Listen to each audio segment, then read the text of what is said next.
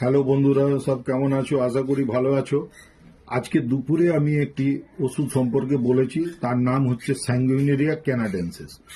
ওই ভিডিওতে আমি বলেছি যে ডান দিকের যদি ব্যথা হয়, ডান দিকের আধ কপালি, অ্যাকচুয়ালি ডাক্তারি ভাষায় মাইগ্রেনই বলা হয়, মাইগ্রেন যদি হয় সেই ক্ষেত্রে কিন্তু স্যাঙ্গুইনেরিয়া ক্যানাডেন্সিস ব্যবহার করা হয়।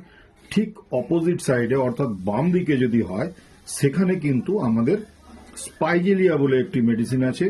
এই ওষুধটিও কিন্তু 200 পাওয়ারের ওষুধ।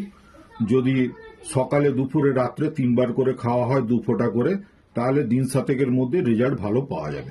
যদি তাতে রেজাল্ট ভালো না পাওয়া যায়, তাহলেও অন্য কোনো ডাক্তারের সঙ্গে পরামর্শ নিতে হবে। সেই ক্ষেত্রে আমার সঙ্গেও পরামর্শ নেবার চেষ্টা করতে পারো, অথবা কোনো কোয়ালিফাইড ডাক্তারের সঙ্গে পরামর্শ করে নেবে। যাই হোক, আমি স্পাইজেলিয়ার মাথা ব্যথাটা কেমন হয় সেই সম্পর্কে অর্থাৎ আমাদের হোমিওপ্যাথির সিমটমস কিরকম হয় সেইটি সম্পর্কে আমি দু একটি কথা বলবার চেষ্টা করছি।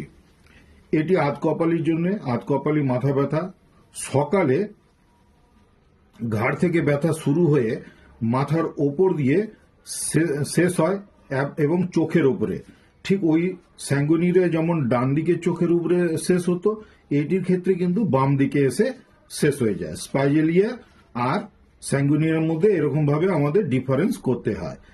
রোদে এটিরও বাড়ে, রোদে কিন্তু বেরোতে পারে না, এই পেশেন্টেরও রোদ সহ্য হয় না।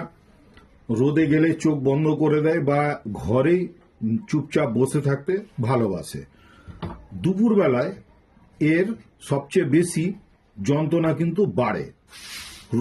সূর্যের সঙ্গে, সূর্য উদয় থেকে নিয়ে সূর্যাস্ত পর্যন্ত অ্যাগ্রাভেশন আছে, তার মধ্যে দুপুরবেলায় সবচেয়ে বেশি বাড়ে। এইবারে বলি, এই ব্যথা প্রচন্ডভাবে হয় সূর্য উদয় থেকে নিয়ে সূর্যাস্ত পর্যন্ত। আবার সূর্যাস্তের সাথে সাথে কিন্তু মাথা ব্যথা একবারে কমে যাবে, সেই পেশেন্টটি কিন্তু একদম সুস্থ মনে করবে। আবার পরের দিনে সকালবেলা যখন সূর্যোদয় হবে, সেই সময় কিন্তু আবার তার মাথাতে ব্যথা শুরু হবে। এছাড়াও স্পাইজেলিয়ার ক্ষেত্রে কি হয়, মাথা ব্যথাটি স্নায়বিক অর্থাৎ স্নায়ু গঠিত নিউরালজিক পেইন থাকে এবং এটি কিন্তু এক্সাইটমেন্টে, উত্তেজনার সাথে বাড়া কমা করে, উত্তেজনায় বেড়ে যায়। আর মাথা ব্যথার সাথে গা বমি বমি ভাব থাকে, কখনো কিন্তু বমি হয়েও যেতে পারে। আরও একটি বিশেষ লক্ষণ আছে মাথা ব্যথা, ঠান্ডা জল দিলে এর কমে, আর ঘাড়ে ব্যথাটি কিন্তু গরম জল দিলে কমে। তো এই ছিল আজকের ভিডিও। আশা করি এই ভিডিওটি তোমাদের খুব উপকারে লাগবে। যদি উপকারে লাগে তাহলে লাইক দিও, শেয়ার করে নিও বন্ধু বান্ধব ও ফ্যামিলি মেম্বারদের মধ্যে।